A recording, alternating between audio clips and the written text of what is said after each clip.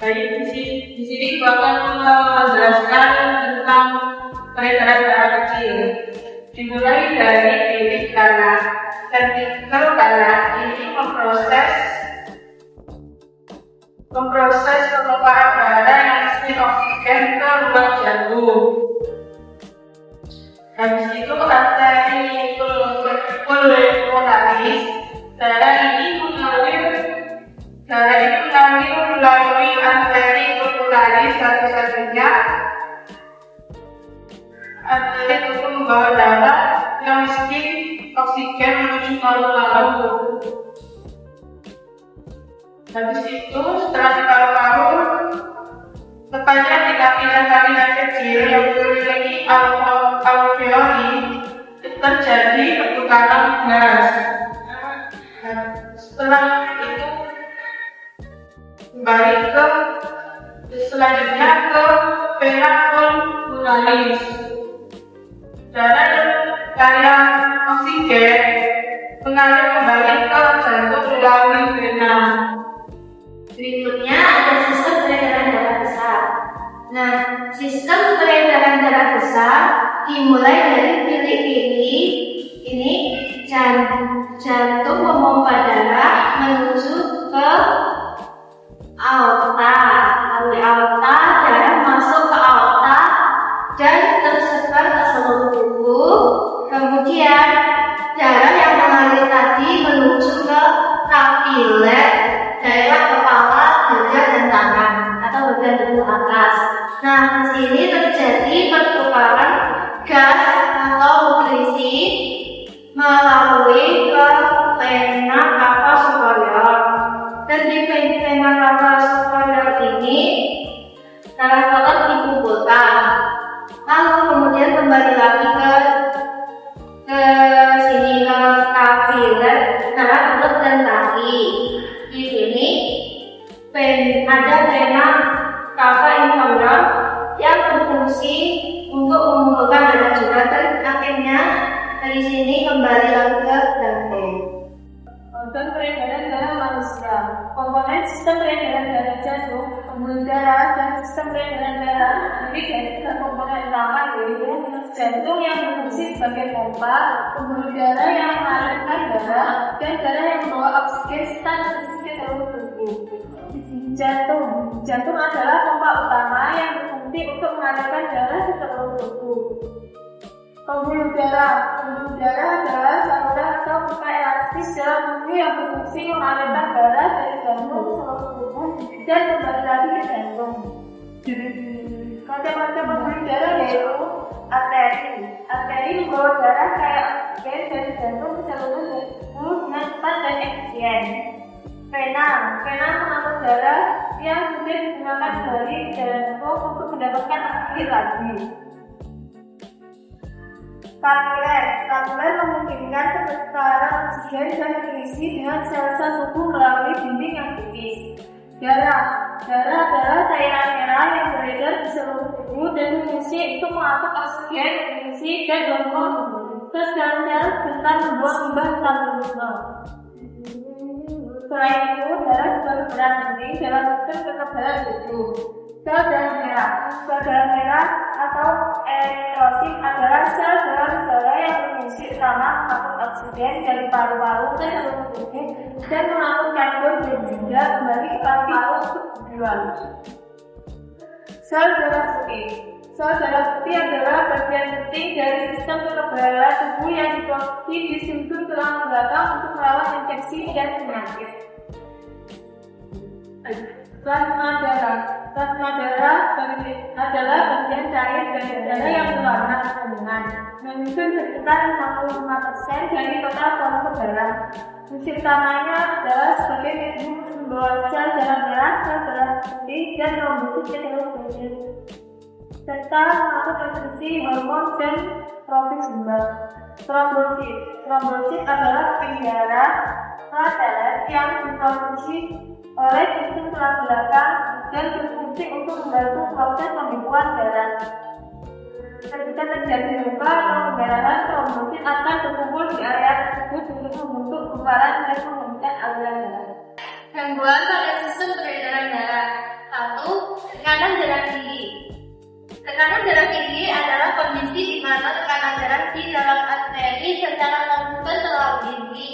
sehingga jantung harus bekerja lebih keras untuk memompa darah.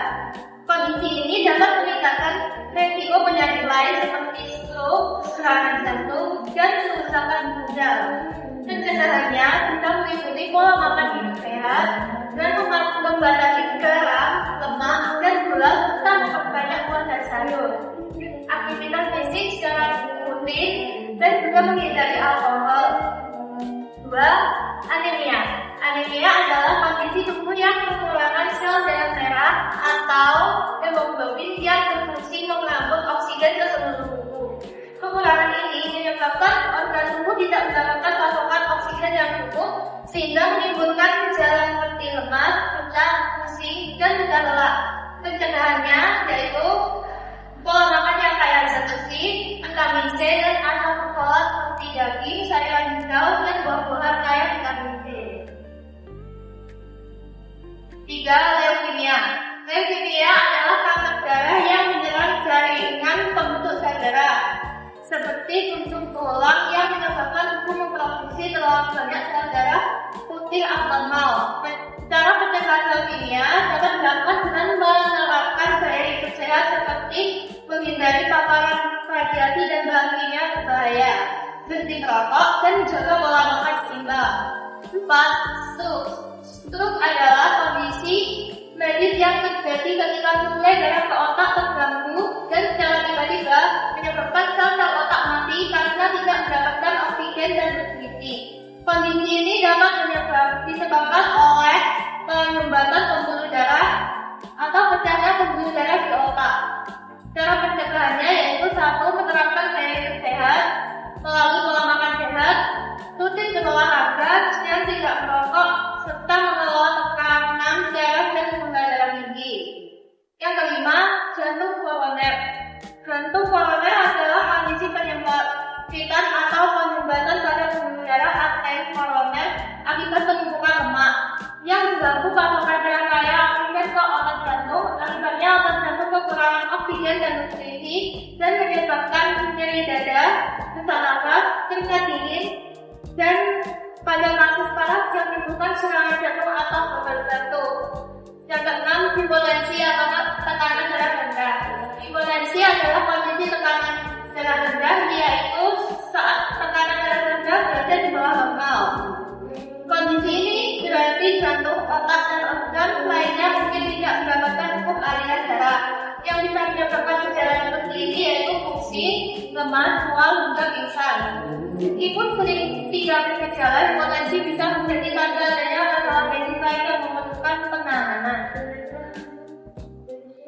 Jadi kesimpulannya, sistem peredaran darah manusia adalah sistem vital yang terdiri dari jantung, pembuluh darah, dan darah yang bekerja sama untuk mengangkut oksigen, nutrisi, dan hormon ke seluruh tubuh, serta membuang limbah metabolisme seperti karbon dioksida. Sistem ini berjalan melalui dua sirkulasi utama, peredaran darah besar dan kecil, dan kesimpulan tertutup, di mana darah selalu mengalir ke dalam pembuluh darah. Menjaga kesehatan sistem ini sangat penting untuk mencegah penyakit dan memastikan fungsi organisme di dalam optimalisasi. Saya sudah mendengarkan materi dari guru sebelumnya. Sekarang kita lanjut quiz. Kalian nanti kalau yang bertanya akan jawab ya. Ya. Untuk pertanyaan pertama, pembuluh darah yang membawa darah keluar dari jantung sekali Feren. Lanjut. Pertanyaan yang kedua, dengarkan baik-baik. Organ yang berfungsi untuk memompa darah adalah jantung. Oke, benar sekali ya. Aplaus Reina.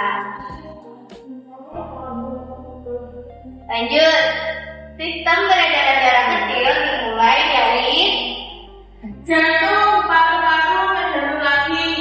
betul sekali. Ini yang keempat. Siap-siap. Sel darah merah berfungsi untuk ayo apa? Mengangkut oksigen. Betul, mengangkut oksigen.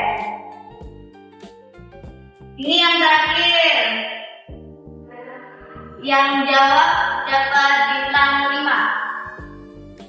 Darah yang kaya akan oksigen berwarna. Ayo, siapa? Biru. Betul, biru. Oke, berikan aplaus untuk kalian semua. Bagaimana? Apakah lelah? Iya. Lelah. Ya sudah, lelah. Bagaimana kalau kita tepuk semangat dulu? Iya. Ya, Bu. Ya. Tepuk 1, yes. Tepuk 2, boleh. Tepuk 3, semangat. Tepuk 4, konsentrasi. Gimana? Sudah semangat?